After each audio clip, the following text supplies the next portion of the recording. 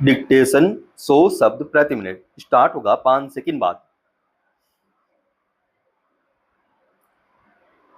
Start. जलवायु परिवर्तन को सीधे तौर पर पर्यावरण का विषय माना जाता रहा है। सामान्यतः इसे हिमनदों के पिघलने, समुद्र के बढ़ते जल स्तर, तापमान में वृद्धि और अनियमित वर्षा तक सीमित करके देखा गया है। मगर इसका एक पहलू और है जिस पर चर्चा बहुत कम होती है। दरअसल जलवायु परिवर्तन धीरे धीरे मनुष्य के पास आवास, आजीविका, पहचान और अस्तित्व का संकट बनता जा रहा है। दुनिया भर में बड़ी संख्या में लोग ऐसे हैं जिन्हें युद्ध, दंगे और उत्पीड़न नहीं बल्कि बाढ़, समुद्री कटाव, सूखा और चक्रवात जैसी चरम मौसमी घटनाएं अपने घर छोड़ने के लिए मजबूर कर रही हैं। इन्हें जलवायु शरणार्थी भी कहा जाता है। हालांकि अंतरराष्ट्रीय कानून में यह शब्द अभी औपचारिक रूप से मान्यता प्राप्त नहीं है, लेकिन वास्तविकता यह है कि जलवायु परिवर्तन लाखों लोगों को बेघर कर रहा है और वे शरणार्थी जैसी जीवन जीने के लिए विवश है। भारत इस संकट के केंद्र में खड़े देशों में से एक है। आंतरिक विस्थापन निगरानी केंद्र के अनुसार वर्ष 2015 से 2024 के बीच भारत में प्राकृतिक आपदाओं के कारण 3.23 करोड़ से अधिक आंतरिक विस्थापन दर्ज किए गए। केवल 2024 में ही लगभग 54 लाख लोग बाढ़, तूफान और अन्य मौसमी आपदाओं के कारण अपने घरों से विस्थापित हुए हैं। इन आंकड़ों में ऐसे परिवार हैं जिनके घर बह गए, खेत पानी में डूब गए, रोजगार समाप्त हो गया और जिनके बच्चों की शिक्षा बीच में रुक गई।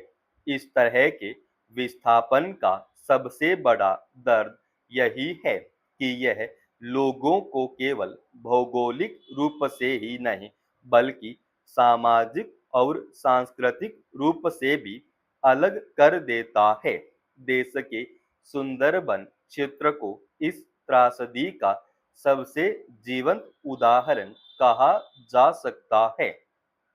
बंगाल की खाड़ी के किनारे स्थित यह विश्व का सबसे बड़ा मैंग्रोव वन क्षेत्र है, जहां समुद्र के बढ़ते जल स्तर, चक्रवातों और तटीय कटाव ने हजारों परिवारों को बार बार विस्थापित किया है। घोरामारा द्वीप इसका प्रतीक बन चुका है।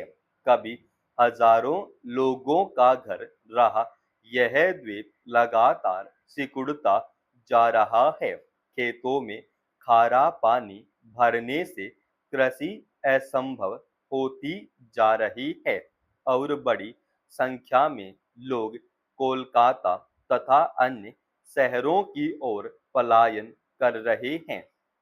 असम का ब्रह्मपुत्र क्षेत्र दूसरी तस्वीर प्रस्तुत करता है। ब्रह्मपुत्र नदी हर वर्ष हजारों परिवारों को बेघर करती है। नदी के बीच स्थित 4 द्वीपों पर रहने वाले लोग अक्सर वर्ष में कई बार अपना घर बदलने को मजबूर होते हैं।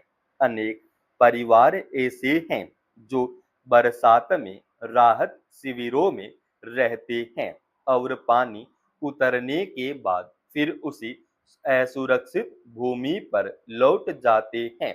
उत्तराखंड और अन्य पहाड़ी राज्यों की स्थिति भी ऐसी ही है, जहां बादल फटना, भूस्खलन और अचानक आने वाली बाढ़ गांवों को असुरक्षित बना रही है।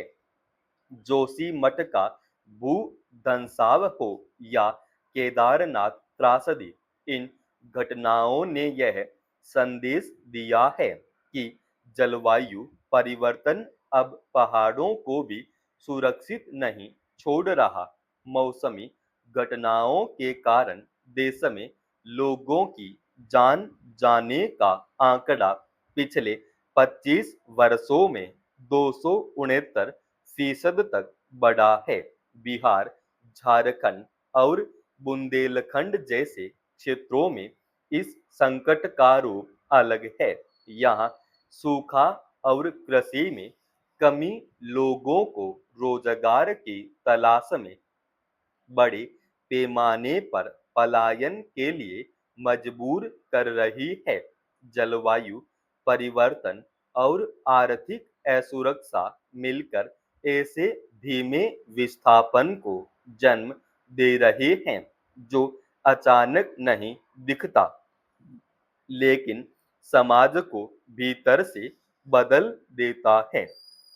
सबसे ज्यादा चिंता का विषय है जलवायु शरणार्थियों की कोई स्पष्ट कानूनी पहचान न होना।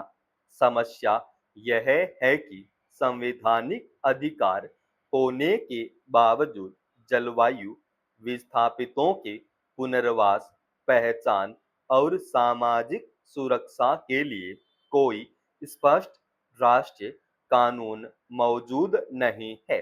परिणाम स्वरूप अनेक परिवारों, वर्षों तथा अस्थायी बस्तियों, किराए के कमरों या अनौपचारिक श्रम बाजारों में जीवन बिताते हैं। विशेष रूप से दलित, आदिवासी और भूमिहीन समुदाय पुनर्वास योजनाओं से बाहर रह जाते हैं क्योंकि उनके पास भूमि स्वामित्व के औपचारिक दस्तावेज नहीं होते। समाप्त। दोस्तों, रोजाना ऐसे एडवांस डिक्टेशन के लिए चैनल को आप अभी सब्सक्राइब कीजिएगा और आज के इस डिक्टेशन का पीडीएफ फाइल हमने हमारे Telegram channel study with H Swami पर डाल दिया है, जिसका लिंक इसी वीडियो के डिस्क्रिप्शन में डाल रखा है।